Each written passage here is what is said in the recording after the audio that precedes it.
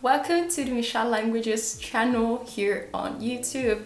Actually, you saw already a couple of videos, a couple of vlogs and a study with me. I hope you enjoyed them, but from today I would like to mix and match a little bit the format of the videos that I would like to bring you to this channel. So this is like a new adventure for me, so bear with me. I'm not an expert, I'm not a YouTuber. At least I would like to try something new, so please be patient with me. So today I would like to show you my textbook collection. I'm a huge textbook lover, especially when it comes to language learning, so I have a very nice pile here with me, and I would like to show you the textbooks that I used in the past but I'm also using, or the ones that I already have for the future for my languages. And the order is like this. So we have English, Japanese, just let me check my pile, then we have a book for German, Spanish, and last but not least, Korean. So without further ado, let's get deep dive into my textbook haul.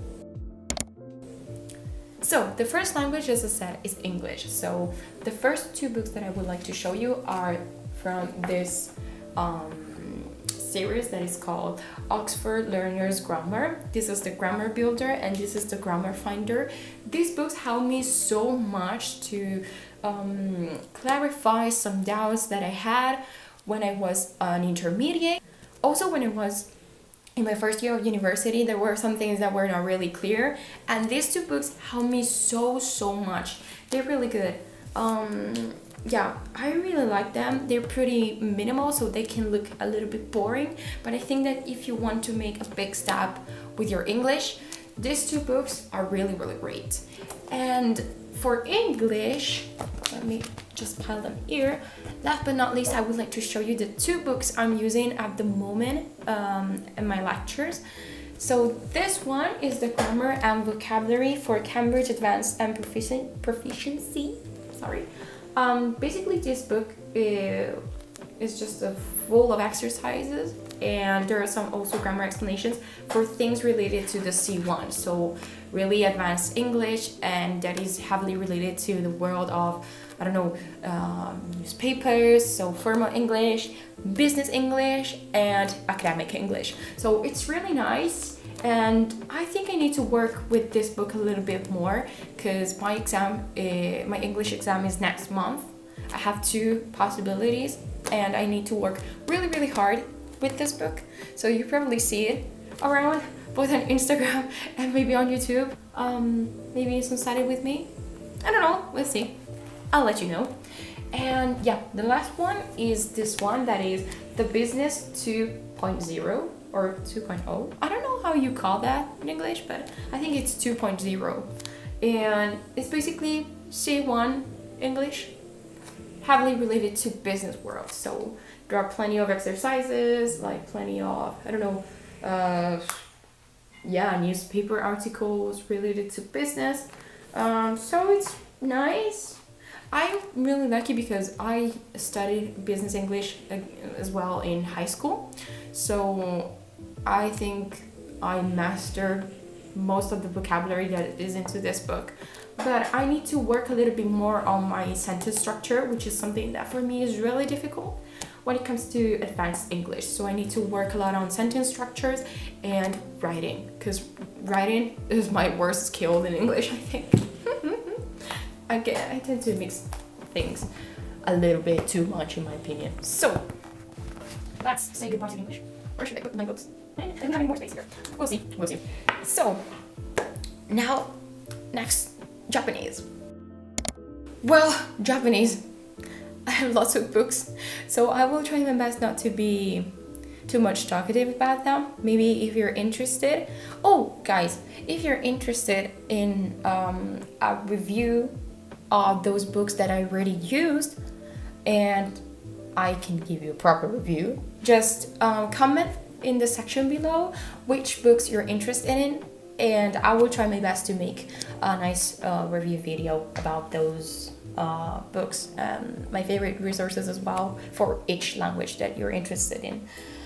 Okay, so The books that I used during the bachelor degree are these two. These are the Honsatsu book from the Mina no Nihongo series. So first one, second one. And basically there's just books in Japanese, and there are lots of exercises, dialogues, sentences. They're very, very good. But if you want to get the best out of this series, I think that you also need to buy this series of always of the Mina no Nihongo book. First one, second one. Sorry, they're pretty dirty because I used them for 3.5 years basically. And these are the translation and grammar notes for the Honsatsu. So basically over here you will find all of the grammar notes you need to understand the grammar from the Honsatsu, so from this book. And there are also the vocabs that you will find in each chapter, and the really great thing is that it's available in several languages. So I highly recommend the Mina no Nihongo series, especially if your main language is not English, because these books are in Italian and they were perfect for me because the majority of my Japanese classes, especially when it comes to grammar, were in Italian. So these books really helped me so much. And yeah, I highly recommend them. I know they are available in Korean, Spanish, French, German, in English as well, of course. But I think that if you're a native English speaker, maybe you will prefer Genki. But it just depends. It depends on your preferences. And what else? I think Vietnamese. I think Thai as well. But you can look for them on Google because there are several languages. Then a book that my lovely grandma bought me for my promotion in class, like high school promotion of the 3rd year of high school, maybe 4th year, is a Japanese grammar book. I don't use that anymore because I prefer using resources that are in English or preferably in Japanese. But this book was really nice, and for me it's something that I just love because my grandma bought it for me as a present for my promotion. And yeah, it's kind of complicated though because it's written in Italian. It just uses very complicated expression, grammar, Italian expression. So yeah, I don't use that anymore, but it's always with me because I just love my grandma so much. So I would like to introduce you to a couple of books that really helped me to consolidate my N4 level, so my upper beginner Japanese, and they really helped me with passing the entry test for my master degree, always at the same university. And these are the Shin Nihongo 500 mon. And basically this book is really good when you want to prepare for the JLPT N4 as well, because there are 3 sections, as you can see here. There's the moji, so it's a part of kanji. Yeah, it's moji. Then we have goi for vocabulary, and then we have bunbo for grammar. And the really great thing is that you have, as you can see here, you have the questions are right here, and if you turn the page, you have the solutions with some explanations. So this is really good. The bookmark is just jumping around if you wanted to say hi. So, hey! And the bookmark. And this is really nice. I just loved it. And the other book that really helped me with passing the entry test, so more or less JLPT N4, is the Try. The Try series that I also have here with the N3 and N2, because at the moment with my master degree, we're mixing up grammar from these 2 levels, and I don't like this approach. So Try series is great if you want to use them as a revision before your tests or before the JLPT. I really love them. They give brief explanations of grammar points. There are exercises, there are dialogues, or at least short texts that you can read. So I really love them as revision, as a final revision before moving to the next chapter and moving to the next level. So I really love them. And from this book, I also take notes for my grammar classes. So if I didn't understand something from my grammar classes or my grammar lectures here at university, I just use them as a reference because they're really good. Maybe brief explanations, but concisely and on point. Then my favorite book for intermediate Japanese, at the moment it's on hiatus, but I just completed the first 3 chapters of this huge baby that is the Tobira. The Tobira book is amazing, and a lot of my friends who are a bit more advanced than me keep saying that they love this book, and it's really, really nice. So maybe you will see this book very often when I will have the time to complete it, and maybe I can show this to you. We can study together with this book, because this is honestly one of the best resources that I ever used throughout my whole life, especially when it comes to Japanese. But I think that this is one of the best books in general that I've ever used. And I also bought, always from Amazon Japan, the Unboryoku. So basically, this is the same series, so it's always from the Tobira, but it's just a book full of exercises related to grammar. And I just bought it because I need to fully understand things. Yep. And this is even better. I didn't buy the kanji one because I need to learn kanji based on a list that our teacher gives us, and they more or less coincide with the N3/N2 level, because again we're mixing up to all this together. But you know, I need to focus on those kanji, and I don't want to add the one that I don't have to learn in order to pass the exam, because sooner or later I will learn the majority of the kanji that you should learn, but I don't want to stress myself too much. Just step by step, guys. Okay, we're coming to the second part of the video, and now I want to show you a book that I received from a friend in order to study basic German. I haven't used it that much, to be honest, because I then decided to drop German as a language at university. But one day I would like to revise German for sure, and I would like to set myself as a B1/B2 learner, so conversationally fluent, more or less. Yeah, and I already have a B1 certificate, but I think that my level is not B1 anymore, so I think it's more A1/A2, because I forgot almost everything about the German language, which is a shame. But I can speak a little bit, I can introduce myself and ask basic things, but to be honest, my German is almost gone, like, bye German. And the book is Fertig los, and I know this book is really old and it wasn't mine, so unfortunately he has been mistreated, but not by my hands. I can totally promise that. But many people told me that this book is really nice when you want to learn German in high school, and I don't know why my school didn't use this. Anyway, this might be a starting point for German in the future. Okay, we'll see. Then I would like to introduce you to my favorite Spanish book, also because it's the one that I use in high school, and this book really helped me a lot to improve my intermediate Spanish. So I can say I'm conversationally fluent. Sometimes I mix and match Spanish, but I think that I should immerse myself a little bit more, but I need to find a right balance between all the languages that I'm studying at the moment. So at the moment Spanish is a little bit all over the place, but I'm conversationally fluent in that. And it's the book that I used to use in high school, and it's ¿Qué me cuentas de nuevo?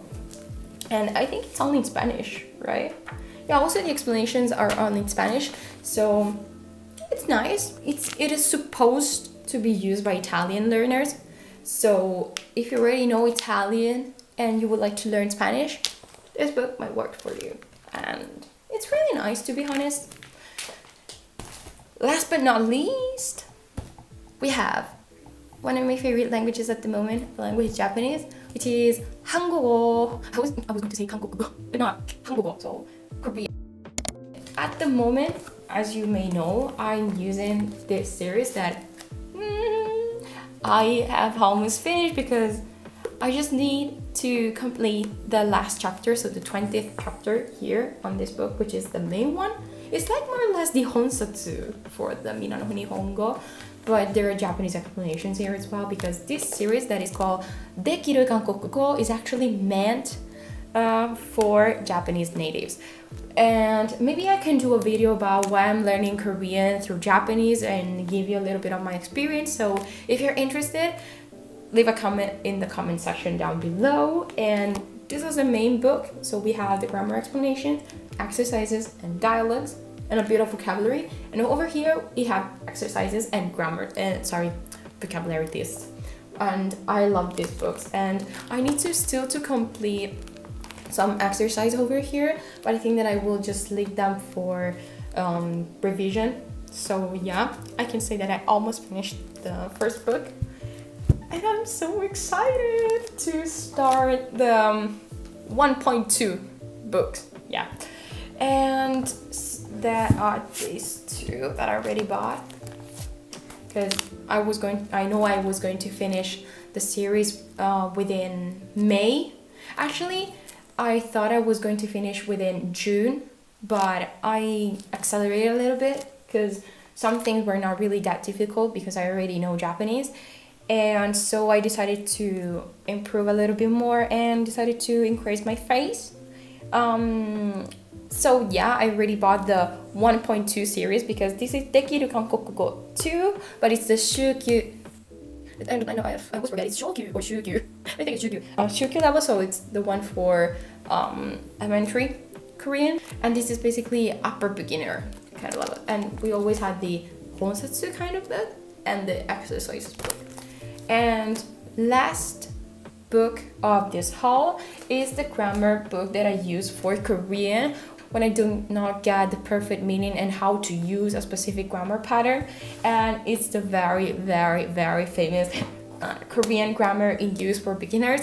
As you can see, I added some very cute pandas over here to mark the pages that I decided to look at for further reference. And this is a lifesaver because you do not need to study from this book, in my opinion. This is good when you need a grammar book. You should use this book as a grammar reference. So when you don't understand something, you just go here, you do the exercises, and you learn the rule.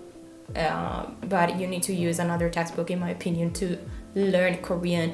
This is great. This is a grammar resource, and you should treat it as a grammar resource. And this is also perfect for some revision as well, but don't use it as a textbook, okay?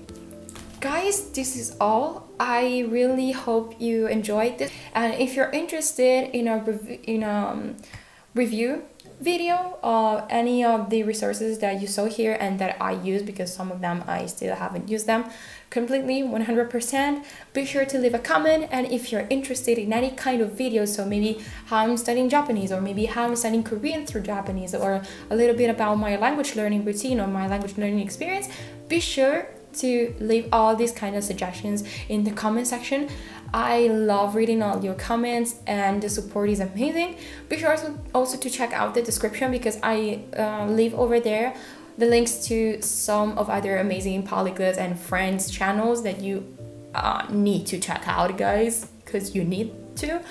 And I think I said everything. If you're interested to learn a little bit more about me and my journey, be sure to follow my Instagram page, because over there I give also almost daily updates about how I'm studying, what is going on, tips and tricks on how to study those languages, but also languages in general in a more efficient way.